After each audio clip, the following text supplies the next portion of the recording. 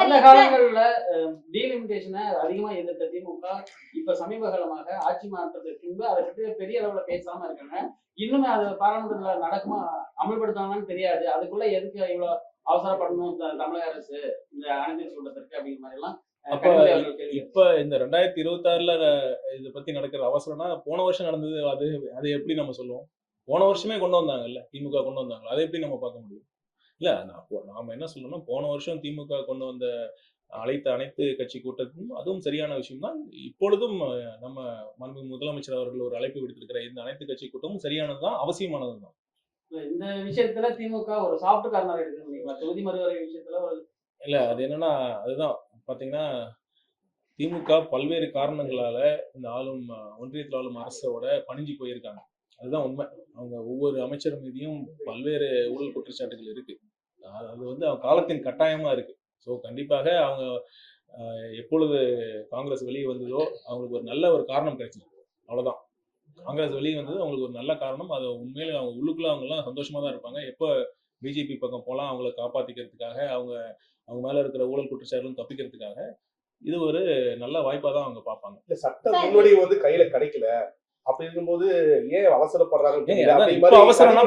கனிமொழி சொல்றாங்கன்னா சட்ட முன்னோடி கையில கிடைக்கல, அதை நிறைவேற்றுவாங்க அதிகப்புறமா தெரியல. அதுக்கு முன்னாடி தமிழக அரசு அவசரப்படுறாங்கிற மாதிரி ஒரு கேள்வி எழுப்புறாங்க. சரி, இப்ப அவசரம்னா போன வருஷம் நடந்தது என்னன்னு சொல்லுவீங்க? அப்பயே அந்த கேள்வி கேட்கல. அப்போ வந்து ஆரம்ப கட்டத்துலதான் அந்த பேச்சுவார்த்தை இருந்தது. இப்போ போன வருஷம் மட்டும் எதுக்கு நம்ம நடத்தணும்ல? அப்ப நம்ம தமிழக வெற்றி கழகம் சார்ந்த நம்ம அமைச்சர் போனாங்கல்ல, நம்ம பொதுச் செயலாளர் போய் கலந்துக்கிட்டாங்கல்ல. அதுதான் மக்கள் எதிர்பார்க்கறாங்க. அதாவது இந்த மாதிரி விஷயங்கள் அரசியல் காரணங்கள் எல்லாம் நம்ம தவிர்த்துட்டு மாநில உரிமையில் சார்ந்த விஷயத்துல அனைத்து கட்சியும் ஒரே அணியில இருக்கணும்னு தான் மக்கள் எதிர்பார்க்கறாங்க.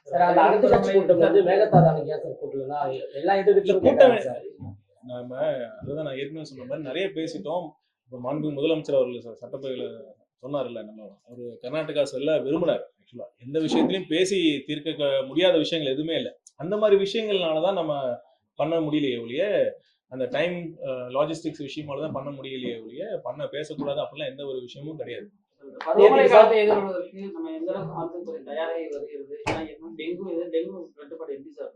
இப்ப இந்த பருவ காலம் தொடர்பான விஷயங்கள் பாத்தீங்கன்னா, சென்ற வாரம் 2-3 நாட்களுக்கு முன்னாடி நம்ம ஓமந்தூரார் அரசு மருத்துவமனையில அனைத்து இணை இயக்குநர்கள் மற்றும் ஊரக வளர்ச்சித்துறையில இருந்து அந்த இணை அசிஸ்டன்ட் டைரக்டர்ஸ் எல்லாருமே மாநிலத்தில இருந்து அனைத்து மாவட்டத்தில இருந்து வந்திருந்தாங்க. அவங்களுடைய நம்ம ஒரு கலந்தாலோசனை கூட்டம் நடந்தது. அதுக்கு ஊரக வளர்ச்சித்துறை அமைச்சர் அவர்களும் நானும் கலந்துக்கிட்டோம். அதுக்கு என்னென்ன முன்னெச்சரிக்கை நடவடிக்கை எல்லாம் மேற்கொள்ளணும் அப்படின்னு பேசியிருக்கோம். கண்டிப்பா அரசு தயாராக இருக்கிறது. சென்னையில வந்து கடந்த ஆட்சி காலத்துல மழைநீர் வடிகால் பணிகள் வந்து துவங்கப்பட்டு 90% மேல முடிவடைஞ்சுன்னு சொல்லிட்டே வந்தாங்க. 90 சென்னையில வந்து எத்தனை சதவீதம் முடிஞ்சிருக்கு? அது வந்து நம்ம 95 60 70 மாறி 90 வந்துருச்சா? அவங்க சொல்லியிருந்தாங்க நம்ம சென்னையில வந்து ஒரு மழை வந்துச்சுன்னா எதிர்கொள்வதற்கான அந்த பணிகள் வந்து முடிஞ்சிருக்காங்க. இன்னும் நிறைய இடத்துல பணி நடந்துட்டு தான் இருக்கு. அது கடந்த ஆட்சியில இருக்குது. ஆமா, இது பாத்தீங்கன்னா ஒரு பெரிய பிரச்சனை. திட்டமிடாத ஒரு பிளான் பண்ணாம சிட்டி வளர்ச்சி அடைஞ்சதுதான் உண்மை. உங்களுக்கு எல்லாருமே ஒத்துப்பீங்கன்னு நினைக்கிறேன். 60 ஆண்டுகள்ல எந்தவித திட்டமிடலுமே இல்லை. பாத்தீங்கன்னா அப்படியே நிறைய இடங்கள்ல நீர்நிலைகள்ல நம்ம அப்ரூவல் கொடுத்துருக்கோம்.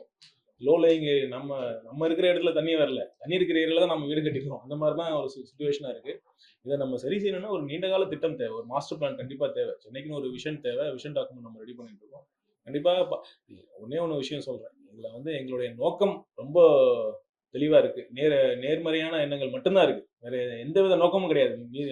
முன்னாடி எல்லாம் பாத்தீங்கன்னா இந்த மாதிரி இந்த திட்டம் மட்டும் இல்ல, ஒரு மழைநீர் வடிகால் திட்டமா இருந்தாலும் சரி, அதுல எந்த அளவுக்கு பார்ட்டி ஃபண்ட் போகணுங்கிறது தான் மெயின் எய்மா இருக்கும். அந்த மாதிரிலாம் இல்லாம எந்த திட்டத்திற்கான எவ்வளவு நிதி ஒதுக்கீடு நம்ம பண்றோமோ அது முழுதும் அந்த பணிக்காக செலவிடப்படும். அந்த நோக்கம் எங்களுக்கு சரியா இருக்கு. கண்டிப்பாக பாருங்க, ஒரு நல்ல மாற்றம். சட்டமன்ற உறுப்பினர் மேல ஒரு தாவேகா கட்சியை சார்ந்த ஒரு நிர்வாகி வந்து கம்யூன் கொடுத்துருக்காங்க. அதனால நடவடிக்கை இருக்கு. தாவேகா சட்டமன்ற உறுப்பினர் மேல டிஜிபி ஆபீஸ்ல இருந்து கமிஷனர் ஆபீஸ்ல கபில் அவர்கள் அது அவர் விளக்கம் கொடுத்துட்டாருங்க. சும்மா அதை போய் ஒரு சின்ன விஷயத்த நீங்க போய் ஊதி பெருசு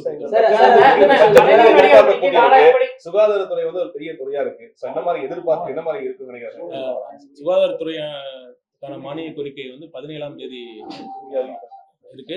கண்டிப்பாக நிறைய அறிவிப்புகளை நம்ம பிளான் பண்றோம். முதலமைச்சர் அவர்களோட அறிவுறுத்தலின் பேரில் மருத்துவத்துறையை மேலும் மேம்படுத்தணும், அனைத்து மக்களுக்கும் ஒரு தரமான மருத்துவ சிகிச்சை அளிக்கணுங்கிறது அவரோட நோக்கமா இருக்கு. கண்டிப்பாக நீங்க நிறைய விஷயங்கள் நீங்க எதிர்பார்க்கலாம். ஒரு சிறப்பான ஒரு முன்னெடுப்பாக தொடர்ந்து போராட்டம் நடத்திட்டு இருக்கிறாங்க. ஒரு 3 கோரிக்கை இருந்துச்சு. ஸோ அது வந்து 204 வந்து ரத்து செய்யணும். செவிலியர் ஆபீசர் நர்சிங் ஆபீசர் பேர் மாற்றம் சொல்லி கோரிக்கை வச்சிருக்காங்க. நம்ம பண்ணிட்டு இருக்கோம். அதோட முக்கியமான கோரிக்கை அவங்க பணி டெம்பரரியா ஒர்க் பண்ணிட்டு இருக்காங்க. பணி இது டைம் ஸ்கேல்ல கொண்டு வரணுங்கிறது அவங்களுடைய இதா இருக்கு.